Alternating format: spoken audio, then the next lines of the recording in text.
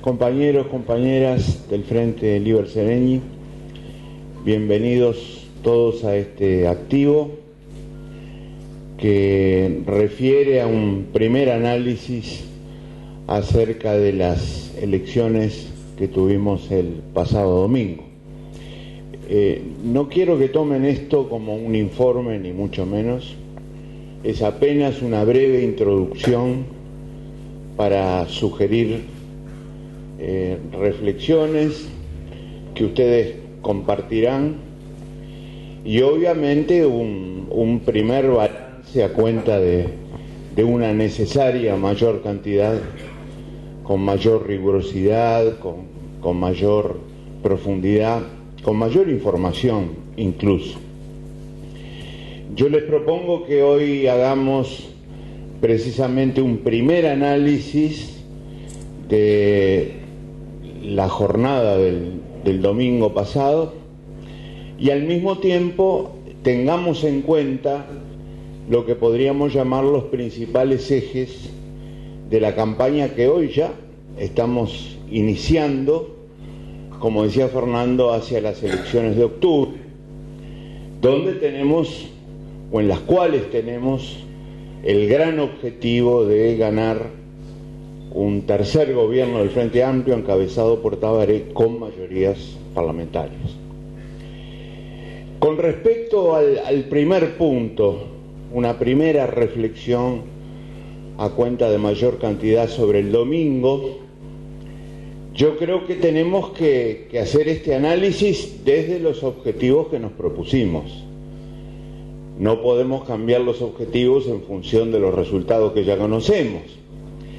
Y los objetivos fundamentalmente eran dos. El primero, que se definiera la candidatura presidencial del Frente Amplio a favor del compañero Tabaré Vázquez. Objetivo logrado.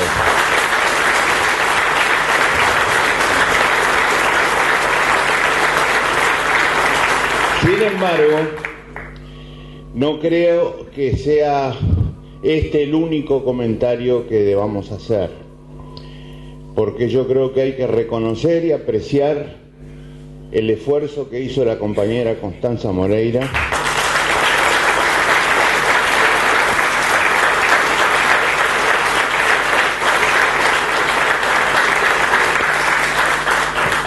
y el conjunto de compañeros y compañeras que estuvieron junto a ella trabajando denodadamente y en condiciones políticamente difíciles, como todos sabemos que fue así. Así que abracemos a esos compañeros. No hay dos categorías de frente amplistas, los ganadores y los perdedores. Hay una sola.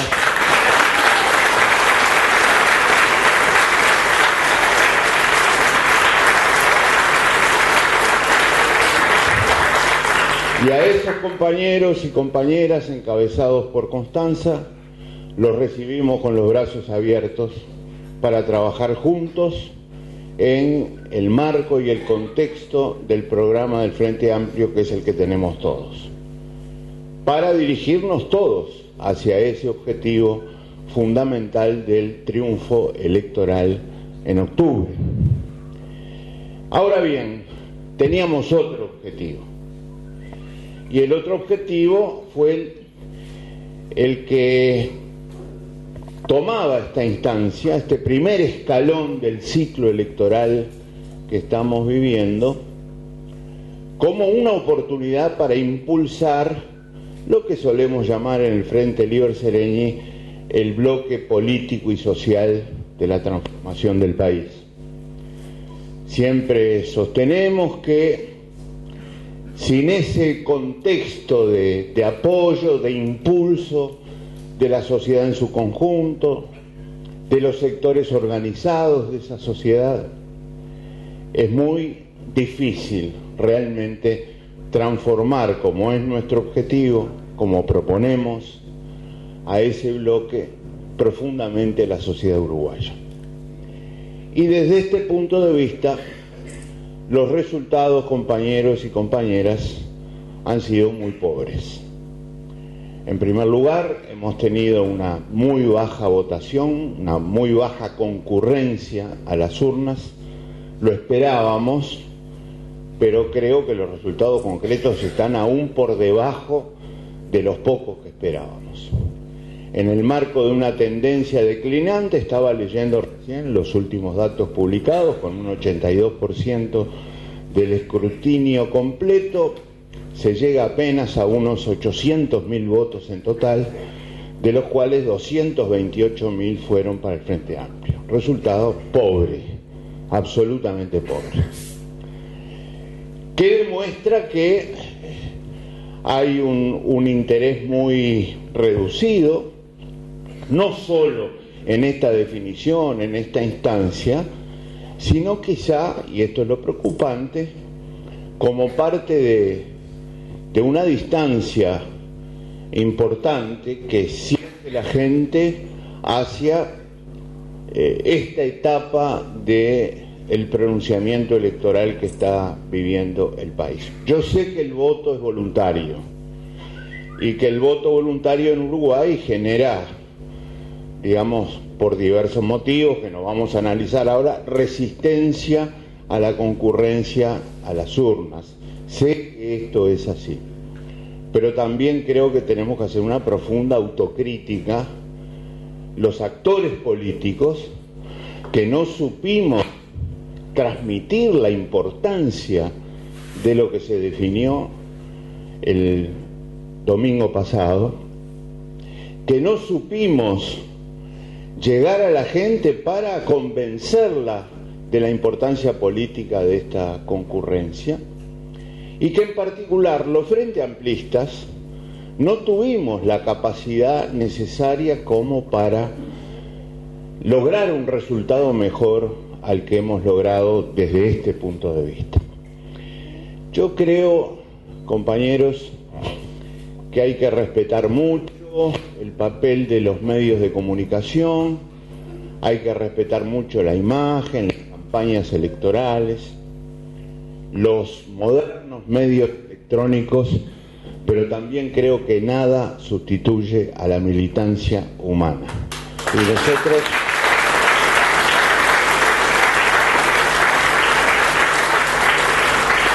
no hemos tenido la capacidad necesaria de militancia humana, la presencia en el territorio, en los barrios, en las organizaciones sociales, como para aspirar a un resultado mejor.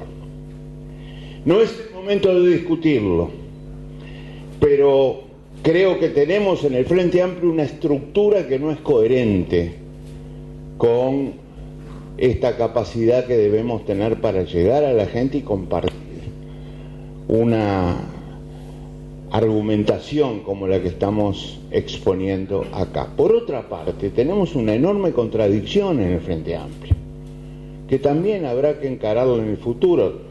Tampoco es materia central de una reunión como la de hoy, pero para nosotros gran parte de la elección de las primarias o de las internas es como una especie de decorado, porque sencillamente no la valoramos políticamente.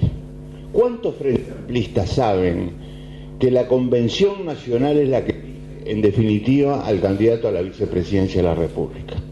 En definitiva, lo decoramos con plenarios nacionales que nos permiten, obviamente, llegar a acuerdos y consensos, que es lo que queremos todos los frente amplistas, pero en definitiva tenemos esa resistencia a transmitir. Miren que estamos eligiendo a representantes con la convocatoria de todo el pueblo frente amplista, sin ningún tipo de restricciones, para que definan esto que en definitiva va a tener una relevancia fundamental para octubre.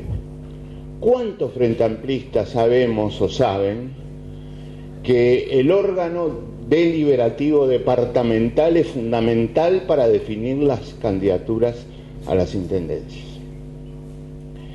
Entonces, nos falta militancia, tenemos que desarrollar acciones que nos permitan suplir esta carencia, pero además tenemos que replantearnos seriamente nuestra estructura y nuestra posición frente a la importancia de los conceptos que están en juego, si los vamos a asumir o no.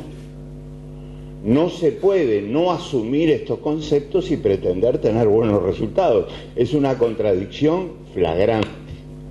Hay que estar convencido de lo que se transmite. Esto es lo que nos faltó y esto es lo que tenemos que discutirlo frente a amplistas, porque, vuelvo a repetir, desde el punto de vista del impulso al bloque que está a favor de los cambios de este país, desde los ángulos político y social, no avanzamos el pasado domingo sin duda. Confirmamos un retroceso que es un juicio totalmente distinto. Ahora bien, yo sugiero que también consideremos en este activo los ejes de la campaña que estamos iniciando hacia el futuro. En esa campaña, obviamente vamos a hacer un recuento nuevamente de los logros, de los avances que han tenido los gobiernos del Frente Amplio en estos 9 años largos ya de conducción del país. Sin duda que lo vamos a hacer. Y vamos a confrontar con la derecha desde el punto de vista del análisis de estos logros. Porque ahora también sabemos que tenemos una derecha más neta como adversario político electoral en los próximos meses. Una derecha más neta y con algunas particularidades. En el caso del diputado Lacalle Pou, una victoria hija de lo que podríamos considerar una muy buena campaña. Pero en el caso de ambos candidatos de los partidos tradicionales, una derecha sin pasado. No existe el pasado para esta derecha. Se han desembarazado del mismo. No tienen pasado. Y nadie asume responsabilidad por nada. Entonces, el eje de nuestra campaña va a ser nuestro proyecto, pero esto no lo podemos permitir. Hay que salir a confrontar con esa derecha neta y poner en el centro del debate también el pasado que ellos ignoran.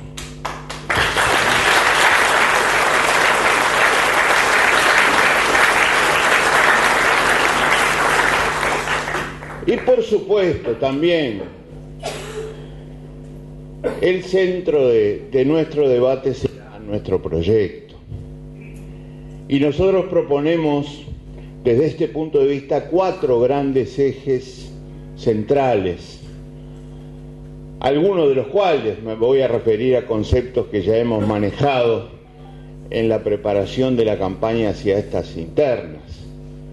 Ya son conocidos, pero con respecto a los cuales vamos a tener que seguir trabajando sin duda. Y el primero de ellos es el incremento de la capacidad física de este país, de la potencialidad física de este país para seguir creciendo sostenidamente. Eso que a veces sintetizamos en la palabra infraestructura y que es una condición decisiva para mantener niveles de crecimiento sostenido, como los que hemos venido teniendo hasta ahora. No se puede crecer por encima de esa potencialidad durante largos lapsos. Llega un momento en que hay que desarrollar el potencial.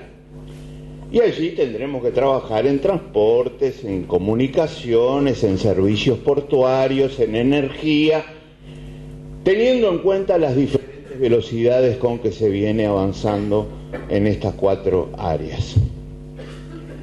Vamos a tener que desarrollar la capacidad humana del país, que tiene muy diversas perspectivas desde las cuales abordar este tema. Por supuesto que vamos a tener que hablar de la calidad de vida de los uruguayos. Antes que nada, hablar de calidad de vida por supuesto, significa seguir abatiendo la pobreza y la indigencia, pero significa darle nuevo impulso a la reforma de la salud, que lo está necesitando y mucho.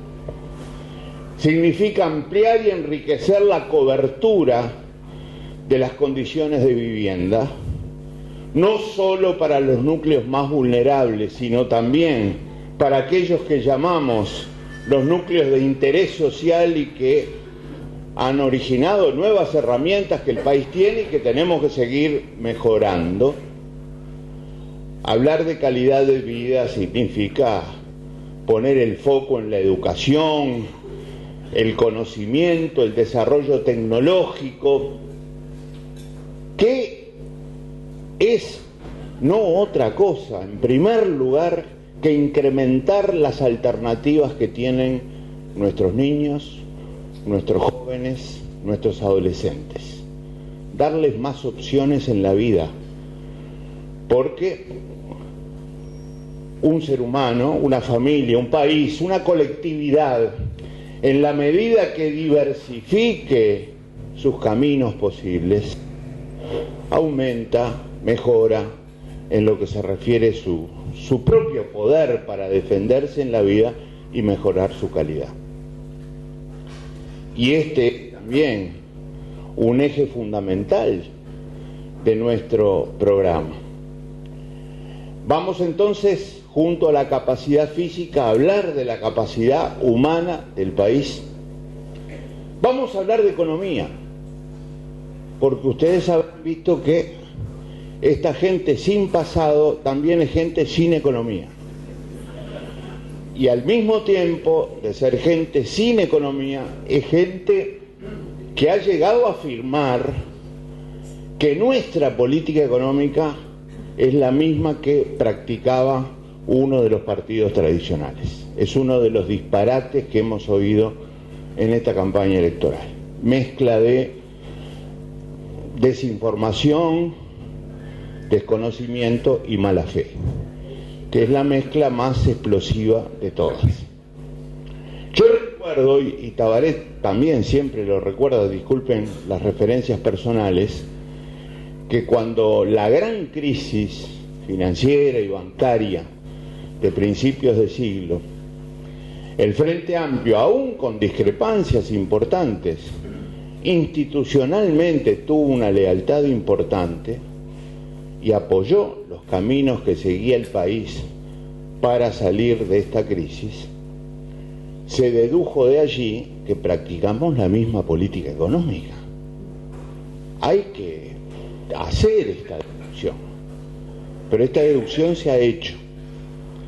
Y se cree además cosas como que plantear la eliminación de un impuesto es hablar de política económica, cuando hablar de política económica en todo caso sería escuchar qué sistema tributario propondría la oposición. O hablar de que hay presiones inflacionarias es hablar de economía, cuando hablar de economía no es decir que hay presiones inflacionarias, sino cómo se combaten, cómo se encaran. Entonces, un tercer eje va a ser este. Vamos a tener que hablar, vamos a tener que llevarlos a discutir de economía también en esta campaña electoral. Y finalmente, como cuarto eje, el Uruguay de los valores, el Uruguay de la cultura, del salto cultural. Ese Uruguay que busca ser un país de vanguardia, que ha avanzado hacia esa meta con los gobiernos del Frente Amplio, pero que quiere dar un salto, transformaciones más importantes, más profundas, con mejor gestión que la que hemos tenido ahora, que muchas veces tiene avances, retrocesos, incoherencias, contradicciones, que tenemos que ir mejorando y eliminando. Ese Uruguay de la diversidad creativa, de la convivencia, ese Uruguay donde los valores mencionados nacen de la ética, de la rectitud de procedimientos, de la bondad humana. Valores como la libertad, la justicia, la democracia, la solidaridad, el altruismo, la generosidad, el desprendimiento. Ese Uruguay que tiene que ir desarrollando una conciencia construida en torno a estos valores fundamentales, que son los que nacen en el fuero interno. Por eso muchas veces se dice, y es una gran verdad, que la transformación de la sociedad nace en realidad en cada uno de nosotros y en la convicción que tengamos acerca de esta práctica. Ahora, no hagamos de esto una declaración formal de principios, diciendo que estamos a favor de esto y en contra de los antivalores. Lo que hay que hacer es practicar esto desde los lugares donde estamos actuando, desde el gobierno, para empezar, desde la sociedad civil, desde las organizaciones de la sociedad civil como las religiosas, las deportivas, todas aquellas que elige la gente para agruparse en el marco de eso que llamábamos la diversidad creativa. Es desde ahí que tenemos que transmitir nuestra convicción acerca de esos valores por una sencilla razón, porque los practicamos.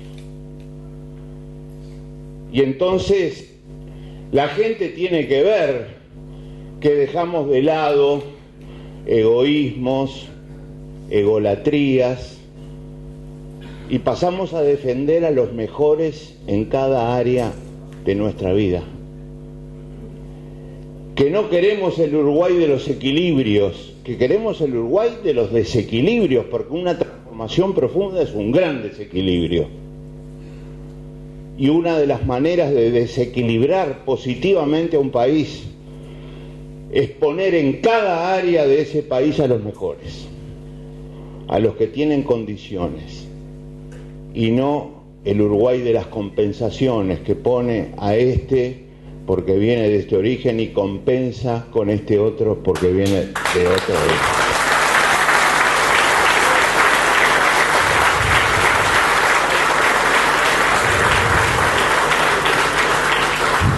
Por eso destacamos este salto cultural que tenemos que ir dando colectivamente. Termino señalando que el Frente Liber Seregni ha venido dando pasos relevantes en esta dirección. Es mucho lo que falta. Como siempre decimos, es mucho más que lo que hemos hecho hasta ahora. Pero yo creo que hemos tenido una razonablemente buena votación el domingo. Como Frente Liber Seregni estamos encabezando las posiciones junto a la lista 711, Compromiso Frente Amplista, y al mismo tiempo esta votación nos permitirá seguir dando pasos hacia la presentación de la lista común al Senado en octubre y candidaturas únicas también a la Cámara de Representantes por los diferentes departamentos del país, salvo algunas excepciones, especialmente aceptadas por todos, lo cual reforzará, sin duda, la presencia de el Frente Liber Seregni en el futuro en todo el territorio nacional.